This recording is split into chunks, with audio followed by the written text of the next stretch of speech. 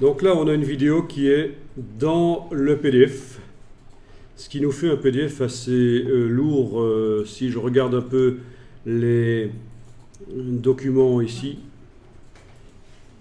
j'ai une vidéo qui a une taille de 27,1 mégaoctets. J'ai un document InDesign qui a une taille de 2,4 mégaoctets. Mais le PDF, lui, il fait 27,2. Ben oui, parce qu'en fait, dans le document InDesign, la vidéo n'y est pas, c'est un lien. Un lien vers le fichier de la vidéo qui est sur le disque dur, on est d'accord. Si je vais dans InDesign, là, on voit que dans la palette lien, on a un élément qui est notre vidéo MP4 en fait. Donc la vidéo n'est pas réellement dans le document InDesign, c'est un fichier lié. Mais quand j'exporte le PDF, la vidéo se met dans le PDF, c'est logique. Il faut qu'elle accompagne le PDF pour que le PDF montre la vidéo quand on le lit. C'est pour ça que le PDF, lui, il est très lourd. Et donc ça, c'est un problème quand on a des vidéos lourdes. Vous pouvez avoir des PDF qui font 500 mégas. Ce n'est pas acceptable, évidemment. Si vous avez plein de vidéos, voire même plus que 500 mégas, ce n'est pas acceptable.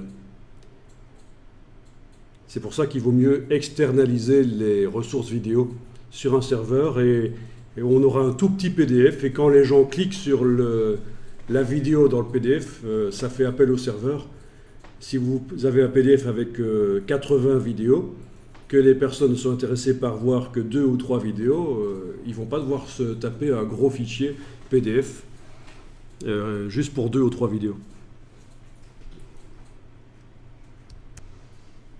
Bon, donc ici, j'ai vu que mon recadrage ne fonctionne pas, donc je resélectionne l'objet et je vais demander menu objet contenu, menu objet ajustement, ajuster le bloc au contenu. Et voilà, le bloc s'est agrandi pour se coller sur les bords de la vidéo, parce que de toute façon, c'est comme ça qu'elle va apparaître dans le PDF. Pas de recadrage possible dans InDesign pour des vidéos. Alors, dans le menu de la palette multimédia, vous avez les options PDF. Et là, vous voyez qu'il y a possibilité de demander que la vidéo se lise dans une fenêtre flottante. Où ça, par rapport au PDF, au centre ou alors à un autre endroit. À quelle taille? Ben, par exemple, taille 2 fois éventuellement, parce que c'est une toute petite vidéo, donc je peux l'agrandir. Ce sera flou bien sûr, mais ce sera plus grand sur l'écran. Donc c'est vous qui voyez.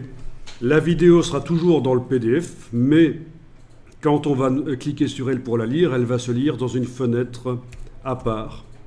Je teste ça pour vous montrer. Je réexporte donc en PDF interactif.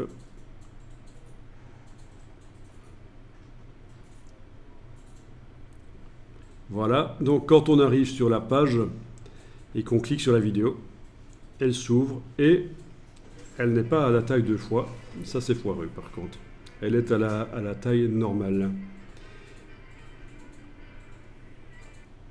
Bon, pourquoi ça? C'est un peu ennuyeux. Mais bon, de toute façon, c'est pas plus mal de la lire sur la page en fait.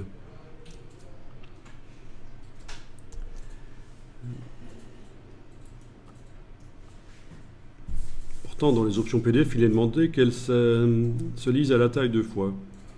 Bon, je vais essayer 4 fois, mais je pense pas que ça va changer quelque chose.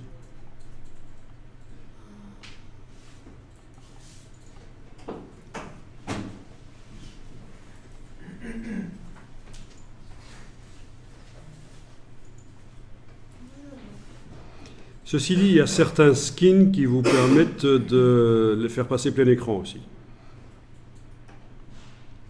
Ah tiens, là ça marche 4 fois. Bon. En demandant qu'elle se lise à la taille 4 fois, vous voyez, elle se lit dans une fenêtre flottante. Voilà. Touche Escape et ça ne marche pas. Touche Escape, c'est pour sortir du mode plein écran. Comment est-ce qu'on fait pour sortir de cette vidéo? Bon, il y a le bouton stop, oui, mais Il faudrait que je puisse... Ah, mais... Oh, qu'est-ce que c'est hyper vicieux. Regardez ça.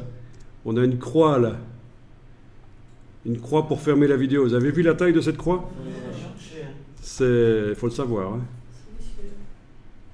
C'est vicieux, comme dirait l'autre. Voilà, donc faites pas ça. Ne demandez pas que les vidéos s'ouvrent dans une fenêtre. Les gens vont pas savoir comment la fermer, en fait.